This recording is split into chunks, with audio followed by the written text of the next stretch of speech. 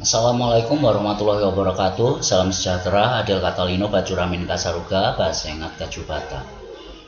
Bertemu lagi dengan saya dalam kelas Geografi Pertanian yang kali ini akan membahas mengenai pendekatan deskriptif dan eksplanasi untuk mengkaji geografi pertanian atau mengkaji pertanian dari sudut pandang atau perspektif geografi. Oke, kalau untuk yang pertemuan sebelumnya itu terdapat semacam pendekatan juga, namun pendekatan tersebut adalah beberapa pendekatan berdasarkan perspektif, yaitu normatif berdasarkan nilai-nilainya, perspektif ekonomi, dan juga perspektif spasial yang khas sekali geografi. Dan ada beberapa sebelumnya yang sudah saya jelaskan, dan kali ini saya memperlihatkan pendekatan atas dasar tujuannya. Jadi pertama adalah tujuan itu mendeskripsikan atau menggambarkan, atau lalu kemudian yang kedua eksplanatif atau penjelasan. Jadi ada dua penjelasan di sini, ada tujuannya, makanya saya perlihatkan di sini bahwa dalam pertemuan kelima ini adalah pendekatan deskriptif atau pendekatan eksplanatif. Nah, disebutkan seperti itu.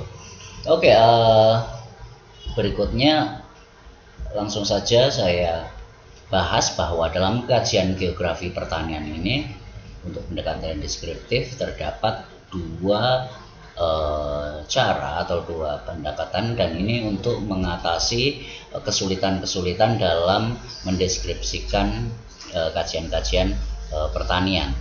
Nah, yang pertama adalah kajian sistematis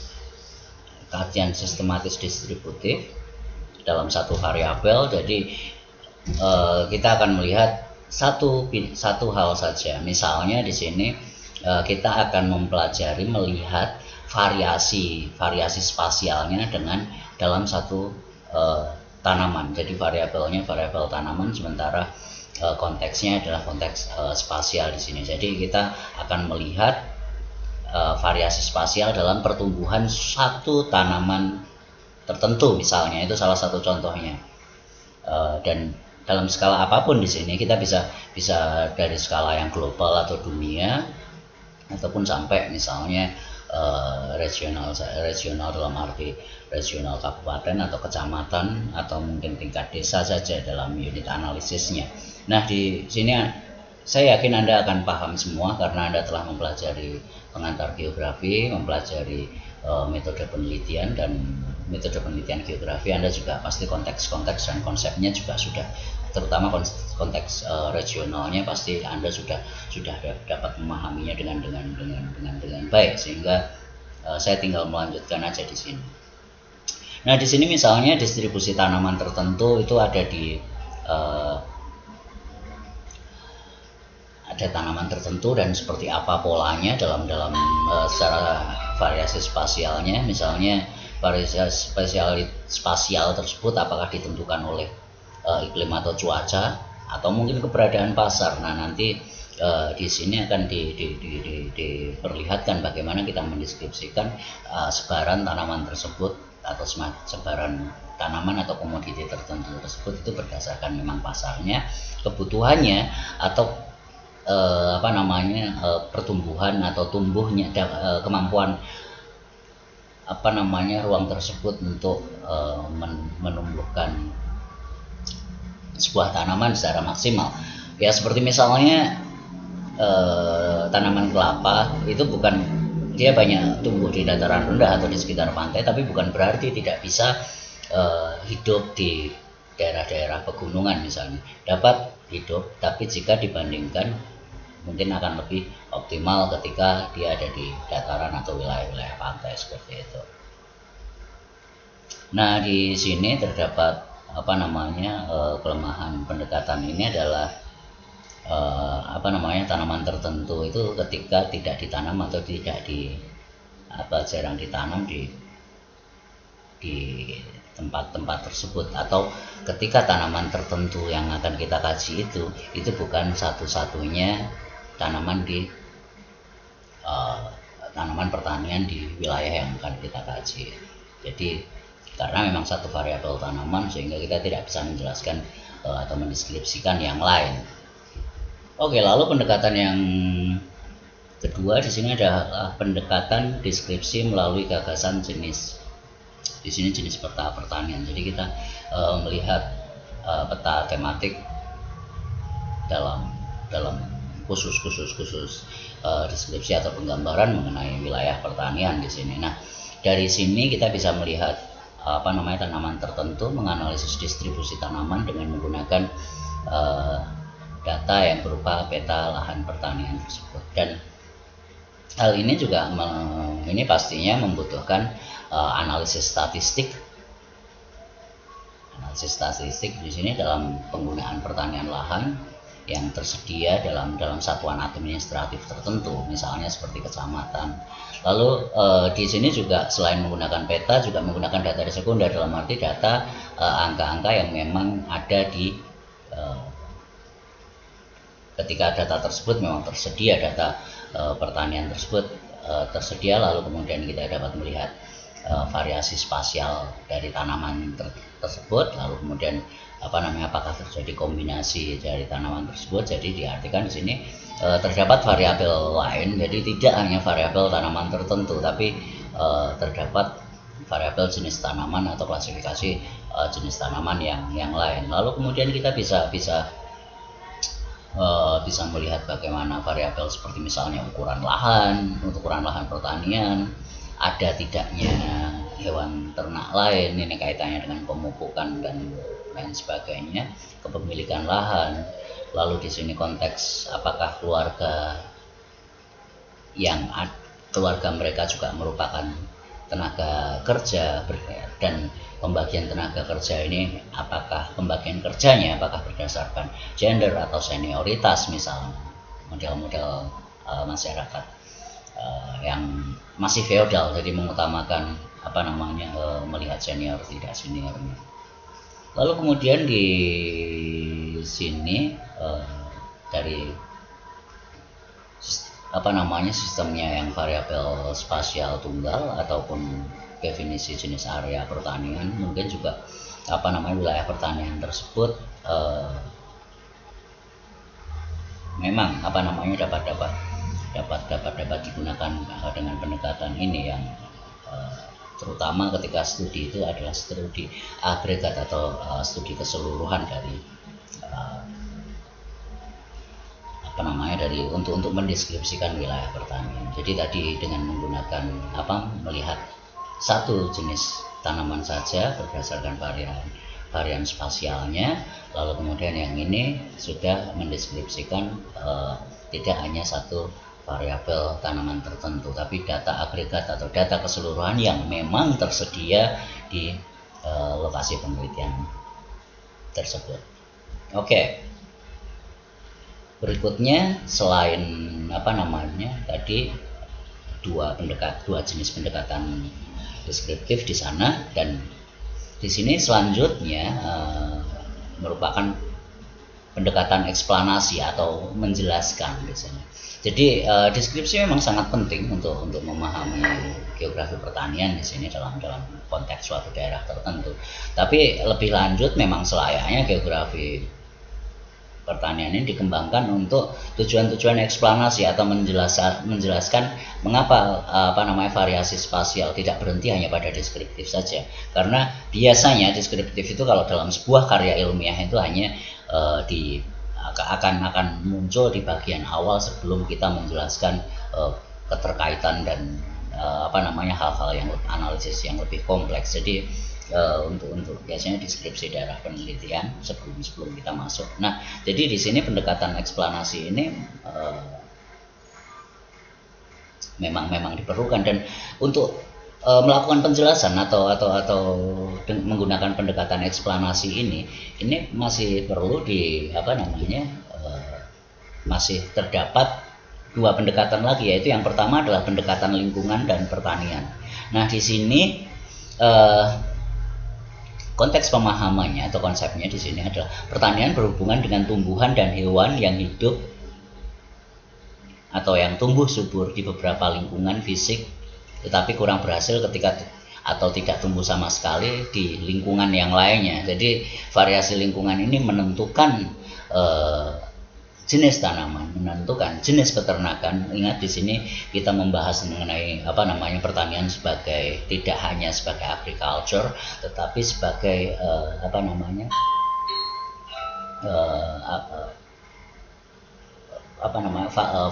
farming, integrated farming. Jadi kaitannya adalah sebuah aktivitas untuk memproduksi atau menyediakan pangan.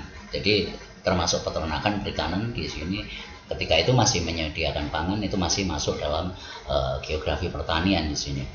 Dan di sini yang ada variasi itu tentu saja akan membuat tanaman dan hewan tertentu akan tumbuh dengan baik atau tidak, atau sementara di daerah lain bisa sama sekali tidak tumbuh, atau kalaupun tumbuh itu tidak menghasilkan hasil yang optimal. Dan di sini para akademi geografi memang berasumsi bahwa perbedaan lingkungan fisik menentukan variasi spasial dalam kegiatan pertanian, dan juga perbedaan wilayah, perbedaan iklim, perbedaan tanah itu menimbulkan perbedaan jenis wilayah pertanian. Dan asumsi ini umum ketika bahwa variasi spasial tersebut sebagian besar merupakan respon terhadap, seperti kita misalnya tadi saya contohkan bahwa perbedaan yang ada di dataran tinggi dan dataran rendah itu pasti akan berbeda, dan produknya pasti akan berbeda. Dan asumsi mengenai iklim juga merupakan penentu pola pertanian di dunia ini, seperti misalnya di daerah beriklim sedang, daerah di beriklim subtropis, dan wilayah tropis tentu saja berbeda. Nanti ketika di wilayah subtropis sampai daerah dingin, mereka tentu saja akan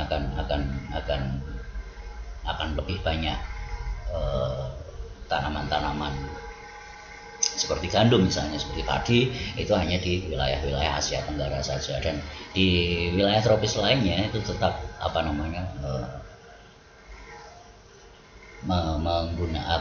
membudidayakan atau melakukan aktivitas pertaniannya dengan memproduksi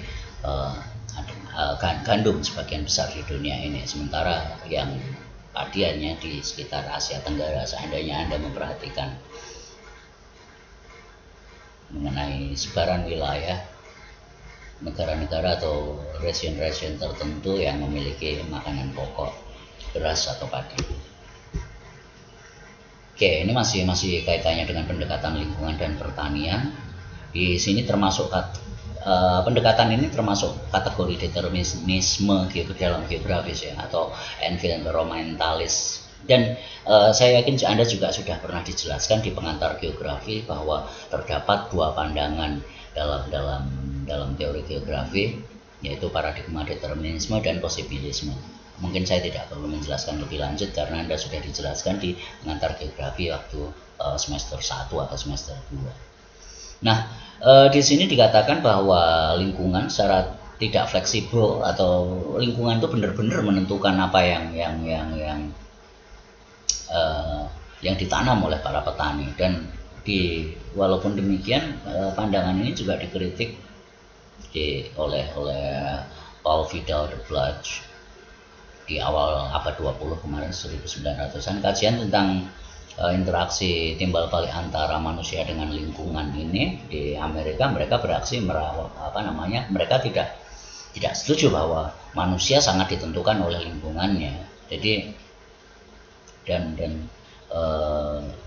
kedua seperti di Inggris dan di Eropa, bahwa antara tanaman dan lingkungan fisik akhirnya tetap dipelajari oleh bidang ilmu lain seperti botani dan klimatolog. Lalu kemudian ahli ilmu tanah geografi tidak mengurusi lagi mengenai hal itu. Dan karena asumsi determinisme bahwa manusia atau aktivitas pertanian itu ditentukan oleh lingkungan, itu dengan asumsi manusia masih sangat tergantung dengan alam dan belum tersentuh banyak teknologi. Oke, dan itu bisa anda renungkan sendiri mengenai perdebatan antara kaum posibilis dengan determinis. Tapi itu jika anda ingin mengetahui lebih banyak mengenai perkembangan kajian geografi di sini, terutama geografi pertanian atau geografi dalam arti mengkaji keterkaitan antara manusia dengan geosfer yang lain. Oke, ini tadi pendekatan lingkungan dan pertanian yang merupakan. Nah, sekarang yang keduanya adalah pendekatan John Tunnell dan ini John Tunan ya, jadi model eksplanasi juga. John Tunan ini pendekatannya sangat-sangat ekonomis sekali, jadi mengatakan bahwa suatu produk pertanian atau seorang petani atau beberapa petani di wilayah tertentu ini menanam produk-produk tertentu ini karena permintaan pasar, sehingga mereka membudidayakan secara intensif tanaman-tanaman tertentu, yaitu gandum, padi, dan lain sebagainya.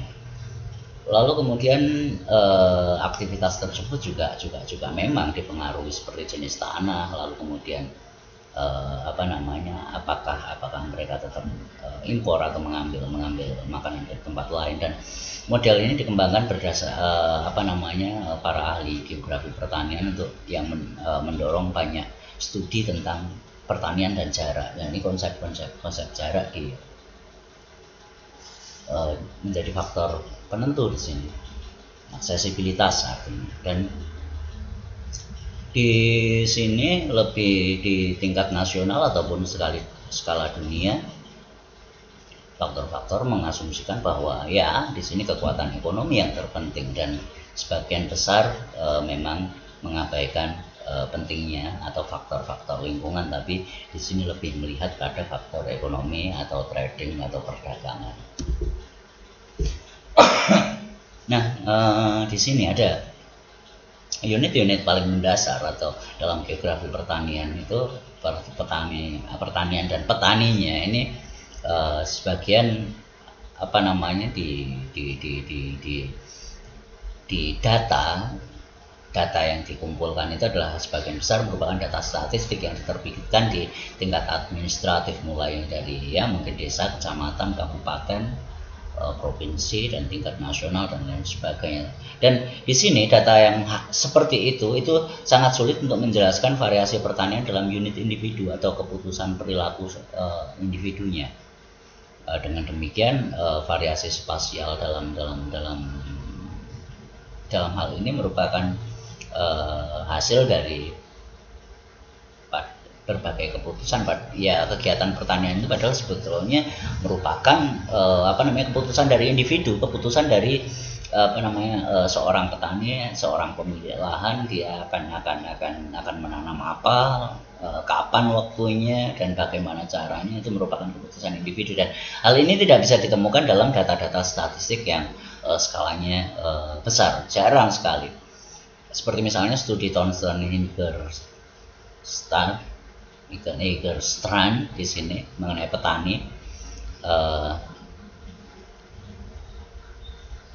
Ia mengadopsi metode pertanian baru yang telah menghasilkan banyak studi. Jadi ada pendekatan yang digunakan, studi tentang sikap, asumsi petani, dan juga terkait dengan pengambilan keputusan dalam pertanian. Dan di dalam studi tersebut ahli geografi menekankan pada faktor non lingkungan dan non ekonomi dalam menjelaskan variasi spasial di bidang pertanian ini, dan lebih mengarah pada pergeseran yang menjauh dari determinisme ekonomi, jadi yang ditentukan oleh ekonomi. Dan di sini akan lebih banyak pada karena pada level individu dia akan lebih banyak ke dalam masuk ke kajian-kajian lebih detail, yaitu kajian sosial dan budaya, bukan kajian ekonomi lagi sebagaimana tadi pendekatan fungsional.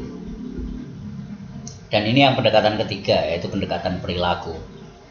Jadi tadi ada dalam eksplanasi ini tadi ada pendekatan, oke kita lihat ada pendekatan lingkungan dan pertanian, lalu kemudian ada pendekatan model eksplanasi ala John Donnan-nya ekonomi, lalu kemudian pendekatan perilaku, lalu kemudian pendekatan internasional. Ini pendekatan sangat global, dan ini kajian-kajian ini termasuk juga dalam kaitannya kajian hubungan internasional, tapi berkaitan dengan perdagangan global di sini.